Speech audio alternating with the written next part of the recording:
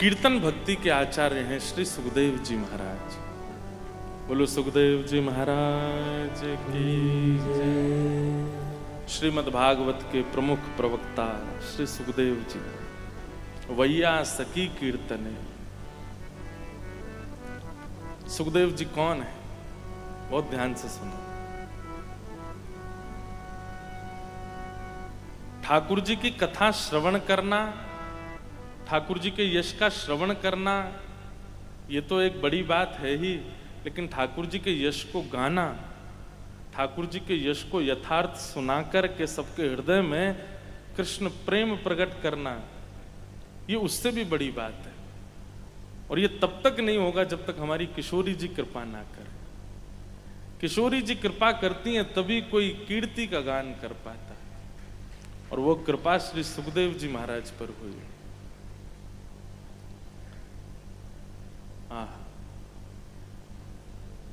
प्रथम दिन जब मैं आया तो महाराज जी के साथ चर्चा हो रही थी, और सुख और सारी का एक भाव महाराज जी को मैं सुना रहा था। बहुत ध्यानपूर्वक सुनिएगा।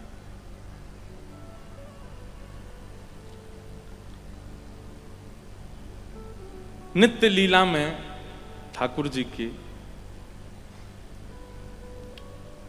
सुख और सारी, तोता और मैना,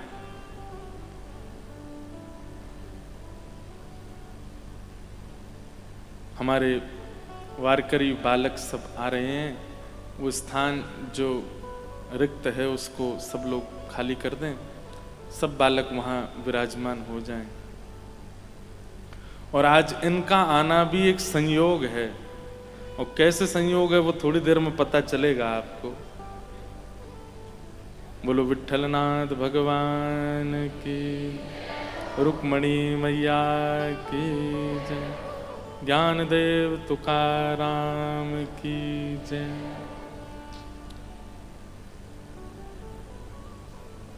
जय। स्वरूप ही बता देता है कि ठाकुर जी के हैं। जैसे नेताओं का स्वरूप बता देता है कि ये नेता हैं, धनवान का स्वरूप बता देता है कि ये धनवान है, ऐसे वैष्णवों का स्वरूप भी बता देता है कि ये वैष्णव हैं। इनका स्वरूप देख के पता चलता है कि इनको विठ्ठल भगवान ने स्वीकार कर रखा है। इनके स्वरूप से ही पता चलता है। जैसे आजकल जोधपुर में हमारा स्वरूप बता रहा है कि हम पूज्य राधा कृष्ण महाराज जी के संग ही हैं, ऐसो। और ये श्रृंगार हम ही महाराज जी से कहते, महाराज जी कर दो आपके जैसा हमको भी, अपने ही रंग में मुझको रंग दे। अगर वैष्णवों के संग रह के उनके जैसे नहीं बने तो क्या रहे आप उनके साथ। भैया ऑफिस जाने वाले लोग एक बात कहते हैं, हम पूछते हैं मैं तुम व्यसन क्यों करने लग गए, तो कहते हैं हमारे ऑफिस के बच्चे भी करते थे, हमारे ऑफिस के कलीग्स भी करते थे। कॉलेज के बालक से पूछो, ए भाई तू पीने क्यों लगा, बोले मेरे मित्र भी पीते थे तो मैं पीने लगा। लेकिन कथा में जाने वाले से पूछो, तुम महाराज जी जैसे क्यों नहीं हुए, हो ही नहीं पाते हैं। कथा सुनकर के सुखी हो जाते हैं, बस चल दिए अपने घर को, हो गया कल्याण। ऐसे नहीं, जब जिस वैष्णव के संग में जाओ, जिस वैष्णव की सन्निधि में रहो, थोड़े थोड़े उसके जैसे लक्षण अपने अंदर ले आओ, उसकी जैसी बोली, उसका जैसा स्वरूप, उसका जैसा वस्त्र, उसका जैसा आवरण, उसका जैसा आचरण आप में दिखने लगे। कुछ नहीं, ज्यादा नहीं तो 3-4 दिन 7 दिन कथा सुनते, उतने दिन तो उन्हीं के जैसे ही रहो, जैसे वो रहते हैं वैसे हम रहें। तो क्या निवेदन कर रहे थे? सुख और सारी। बहुत ध्यान से सुनना, बहुत सुंदर लीला है। तो ठाकुर जी की नित्य लीला में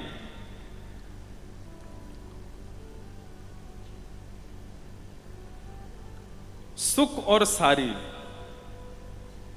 तोता और मैना, इनकी सेवा है। और एक नहीं है, अनेक सुख हैं, अनेक सारियां हैं, और ये आपस में मिलकर के ठाकुर जी का मुखोल्लास करते हैं।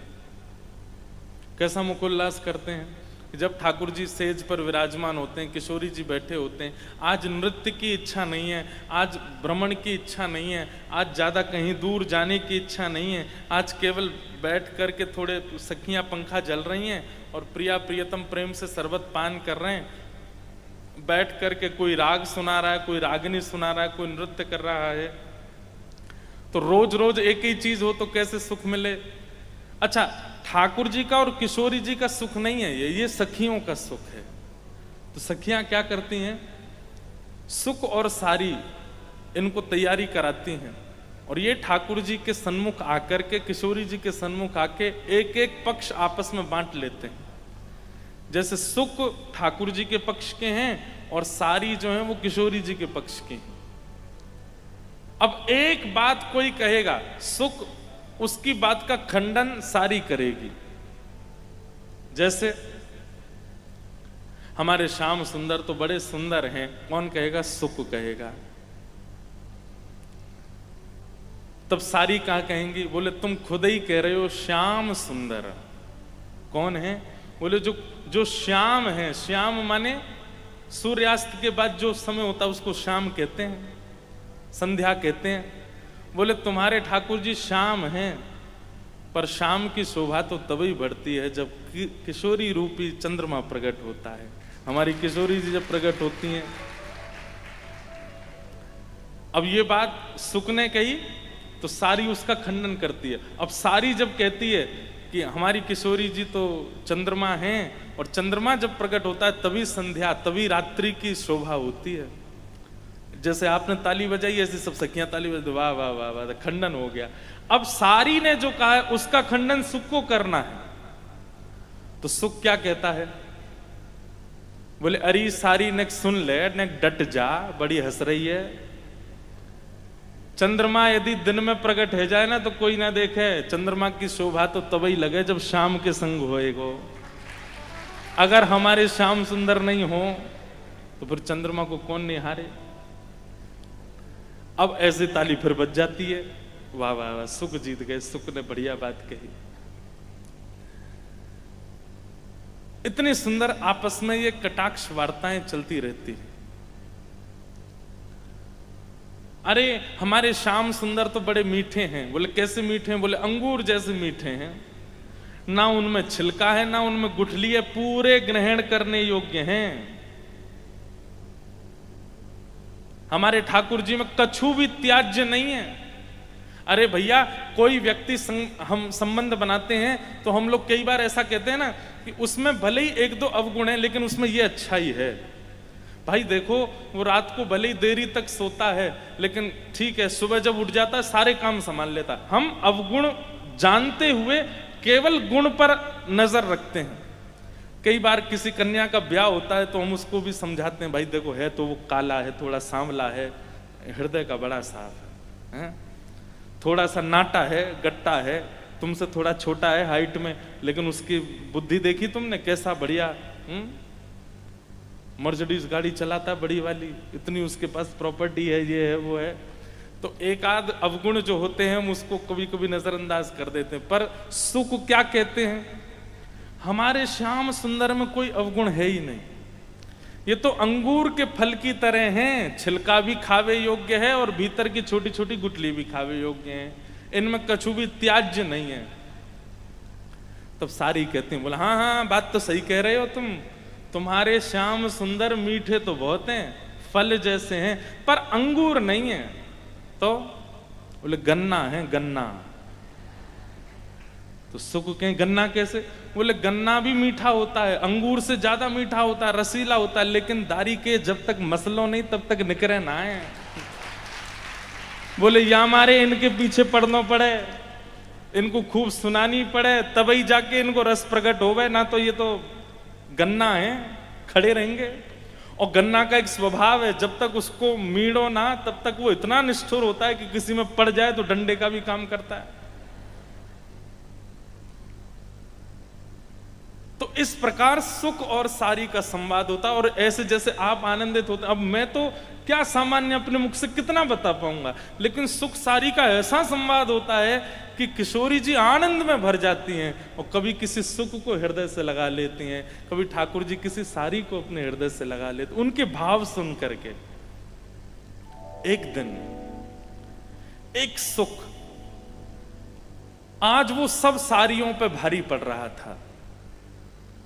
सारियां ले ले करके बातें आती थी ठाकुर जी के विषय में, कोई कटाक्ष करती थी और वो ऐसा प्रस्ताव रखता था कि सारियों की बोलती बंद हो जाती, सुख जीत जाता था। देखो बहुत ध्यान से सुनना। तो किशोरी जी के पक्ष की सखियों को लगता था हमारी हार हो रही है, परंतु किशोरी जी कहती नहीं, हमारी जीत हो रही है, क्योंकि श्याम सुंदर जिताए जा रहे हैं, श्याम सुंदर की महिमा कही जा रही है, हमारी जीत हो रही है। आज जब सुख सारी का संवाद पूर्ण हुआ तब किशोरी जी अपनी एक सखी सुदेवी को बुलाती हैं। ये सुदेवी जो है ये सुख सारी की मॉनिटर हैं, यही उनको सिखाती हैं।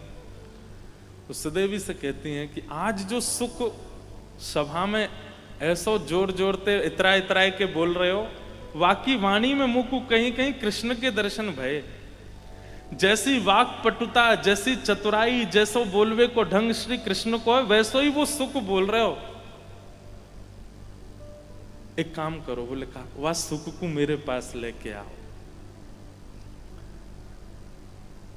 सुदेवी जी गई और कहीं भैया तेरे भाग्य की सराहना, आज तेरी वाणी से किशोरी जी इतनी प्रसन्न हो गई हैं कि तू को भीतर बुला रही हैं, और उस सुख को ले गए हैं किशोरी जी के पास।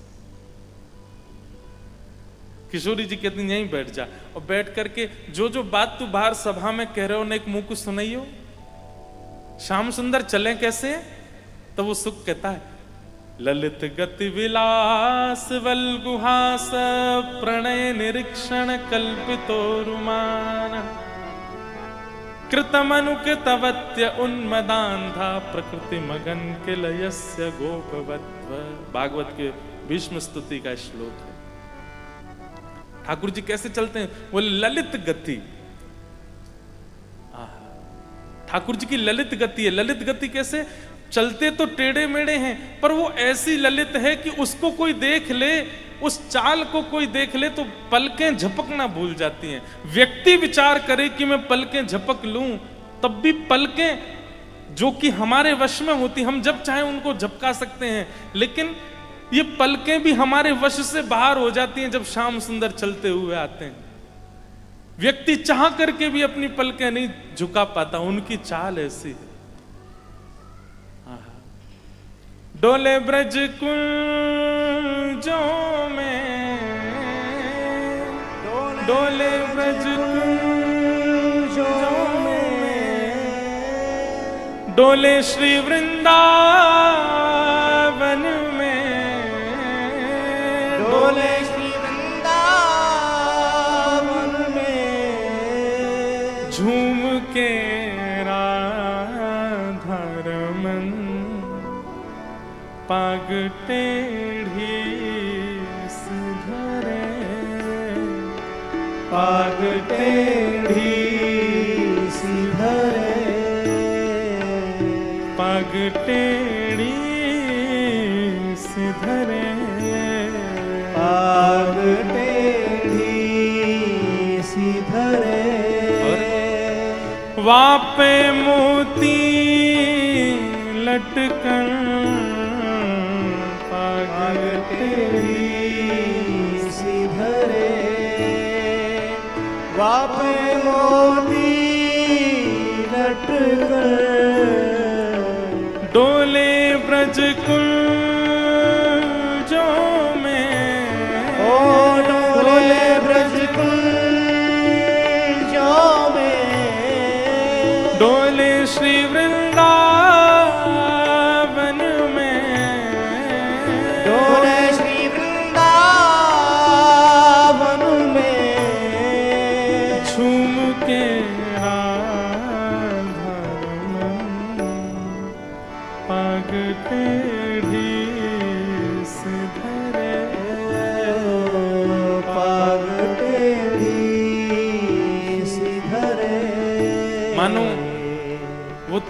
सुख से किशोरी जी पूछ रही हैं, अच्छा चाल ऐसी है? हाँ। कभी कभी एकांत में गऊ चराने जाते हैं तो वहां वृक्ष के नीचे बैठे बैठे श्याम सुंदर क्या करते हैं? तब वो सुख बताता है, बोले श्याम सुंदर जाते हैं और कुंज निकुंजों की सुंदर सुंदर बेल तोड़ के लाते हैं, अपनी पाग पर बांध लेते हैं, अपनी भुजा पर बांध लेते हैं, अपनी कमर पर बनमाली वेश धारण करते हैं, अपने कानन के ऊपर कर्ण फूल सुंदर सुंदर पुष्प धारण कर लेते हैं, गले में ऐसे सुंदर। किशोरी जी भाव मुद्रा में जा रही हैं और वो सुख बोलता जा रहा है, मुस्कुराते हैं तो जी उठते हैं मरने वाले, मुस्कुराते हैं तो जी उठते हैं मरने वाले, मुस्कुराते हैं जी उठते हैं मरने वाले, मुस्कुराते हैं तो जी उठते हैं मरने वाले। और मुस्कुराहट ही तेरी, मुस्कुराहट ही तेरी, मुस्कुराहट ही तेरी, मुस्कुराहट ही तेरी, करती जीते जी मरण पाग टेढ़ी सिधरे, पाग टेढ़ी सिधरे। मतलब अगर किसी की मृत्यु हो रही हो और श्याम सुंदर मुस्कुरा जाएं उसको देख के, तो महाराज केवल मुस्कुराहट मात्र से जीवित हो जाए।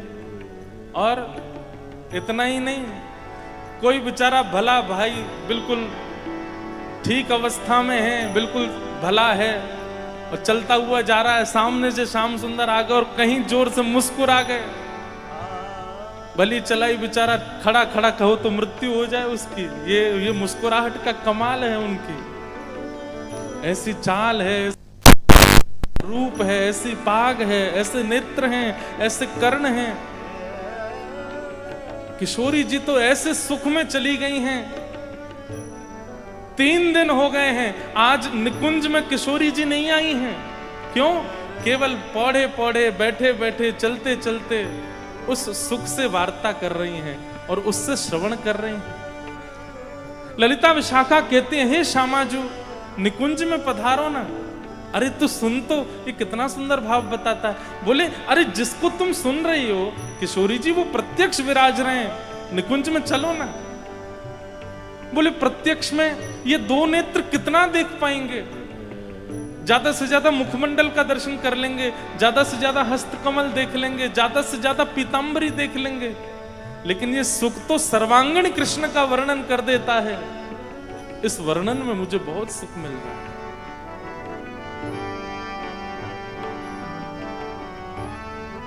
एक बहुत सुंदर पद है,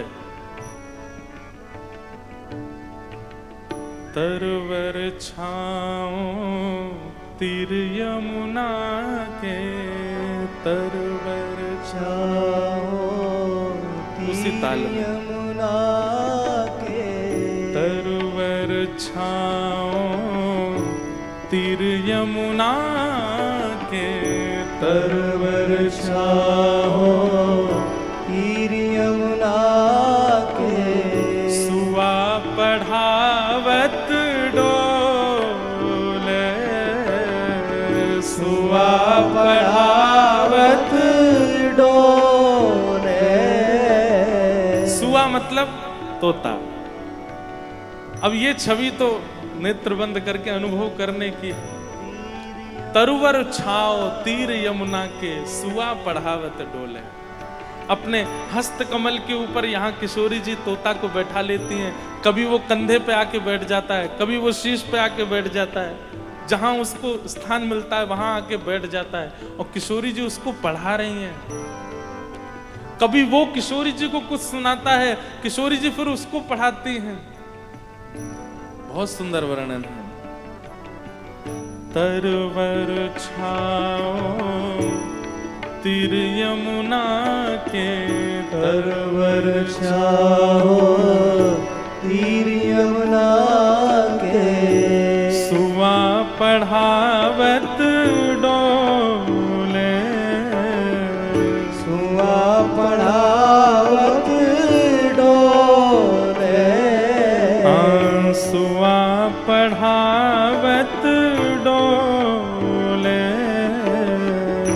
सुवा पढ़ावत डोले, रूप राशि है कुंवर किशोरी, रूप रास है कुंवर किशोरी, रूप राशि है कुंवर किशोरी, रूप रास है कुंवर किशोरी, मोहन हंस हंस बोले, मोहन हंस हंस बोले, हाँ मोहन हंस हंस बोले, मोहन हंस हंस बोले, तरवर छाओ तीर यमुना के, तरवर छाओ तीर यमुना के, सुआ पढ़ावत डोले, सुआ पढ़ावत डोले, सुआ पढ़ावत डोले, सुआ पढ़ावत डोले। अब सामान्य निकुंज की बात यदि करें तो निकुंज में तो किशोरी जी सुआ को मतलब तोता को ठाकुर जी के भिन्न भिन्न नाम याद कराती हैं। बोलो मधुसूदन तो तोता बोलता है मधुसूदन, बोलो मोहन तो बोलता है मोहन, बोलो मुरारी तो कहता है मुरारी। जो जो नाम किशोरी जी याद कराती हैं सब याद कर लेता है। लेकिन निवृत्त निकुंज की लीला में किशोरी जी क्या पढ़ा रही हैं? जब शाम सुंदर रात्रि में पौड़ जाते हैं तब तू खिड़की पर जाके बैठो कर, उनके रूप रंगों को दर्शन करो कर, और दूसरे दिन आके मुझे बताए कर रात में कैसे करवट ले में, कैसे उबासी ले में, सवेरे उठ के कैसे अपनी आंख मीड़ें, कैसे अपनो श्रृंगार करें। जब स्नान करवे जामे तब जाके दर्शन करियो। जब जल की तरंग नील वर्ण श्याम सुंदर पे पड़े, वो जल कैसो दिखाई देवे, तू देखियो जाके। यशोदा मैया केशन की कैसी गूथ बनाए करके ठाकुर जी की शिखा बनावे, कैसे लाला को श्रृंगार करे, गले में कौन सो हार धारण करावे। ठाकुर जी जब प्रसाद अरोगे वहां में कहा पामे, कैसे पामे, मुख कैसे चलावे, सब देख के मुझे बताए कर। निभृत निकुंज में तो किशोरी जी का एक प्रकार से दूत है सुख, जिसको बेचती हैं, जाओ जाकर के देख के आओ ठाकुर जी कैसी लीला कर रहे हैं और आके मुझे बता दियो चुपचाप। क्यों?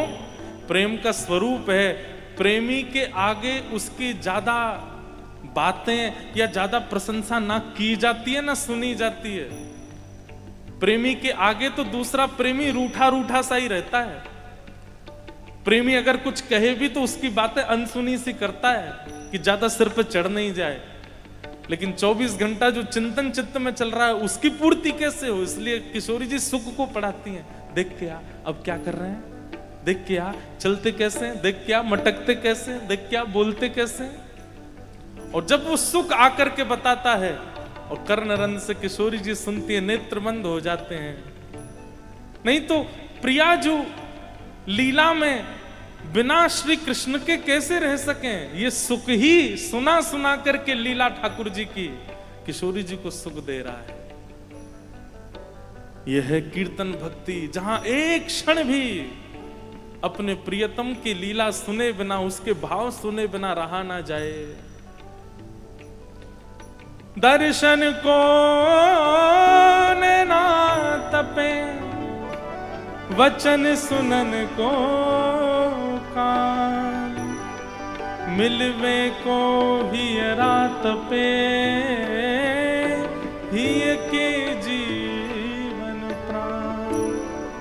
गोवर्धन वास सांवरे लाल, तुम बिन रहो न जान। गिरिराज लढ़े लाडले लाल, तुम बिन रहो। तरुवर छाओ तीर यमुना के, सुआ पढ़ावत डोले। तरुवर छाओ तीर यमुना के, सुआ पढ़ावत डोले।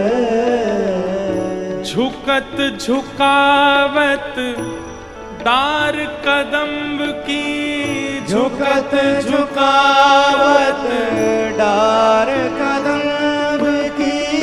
झुकत झुकावत डार कदम्ब की। झुकत झुकावत डार कदम्ब की।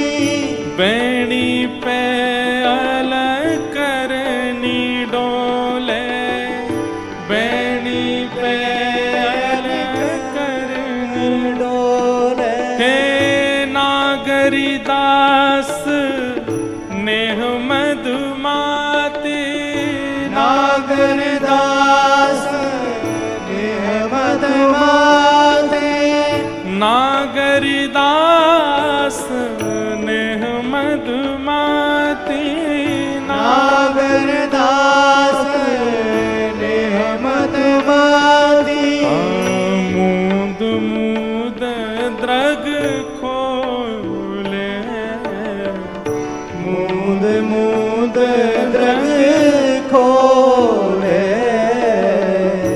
तरुवर छाओ तीर यमुना के, तरुवर छाओ तीर यमुना के। सुआ पढ़ावत डोले। सुआ पढ़ावत डोले। तरुवर छाओ तीर यमुना के, तरवर छाह तीर यमुना के। सुआ पढ़ावत डोले। सुआ पढ़ा